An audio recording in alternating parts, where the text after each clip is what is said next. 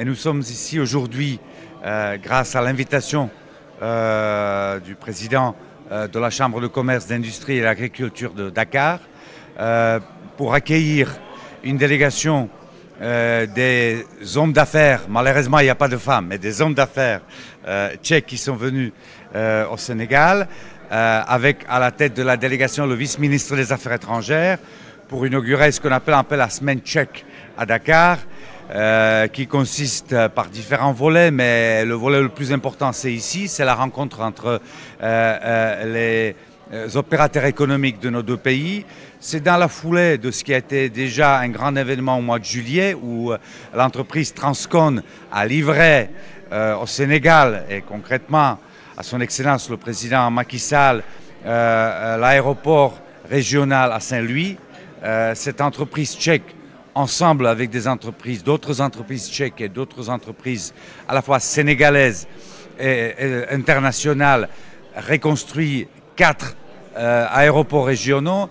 Et notre objectif est très simple, c'est d'élargir notre coopération, de ne pas rester seulement au domaine des transports, aux autres secteurs qui sont représentés dans cette mission économique. Il y a des entreprises qui s'activent dans le domaine du traitement de l'eau, de l'environnement. Il y a des entreprises qui utilisent les technologies de 3D pour produire des outils sur place, que ce soit dans le domaine médical, mais il y a d'autres usages aussi dans le domaine d'éducation par exemple. C'est un domaine à un très très grand potentiel et cette entreprise est une des plus importantes dans le monde dans la qualité de l'impression de 3D. C'est vraiment très important. Il y a des entreprises qui sont actives dans le domaine de la sécurité et qui sont très représentés dans cette mission. Mais il y a aussi l'entreprise qui a déjà participé à la construction, à la reconstruction des aéroports, c'est l'entreprise Coma, qui a une approche très intéressante, très productive dans le domaine de la construction parce qu'elle utilise les modèles. C'est sur la base de construction, ce qu'on appelle construction modulaire.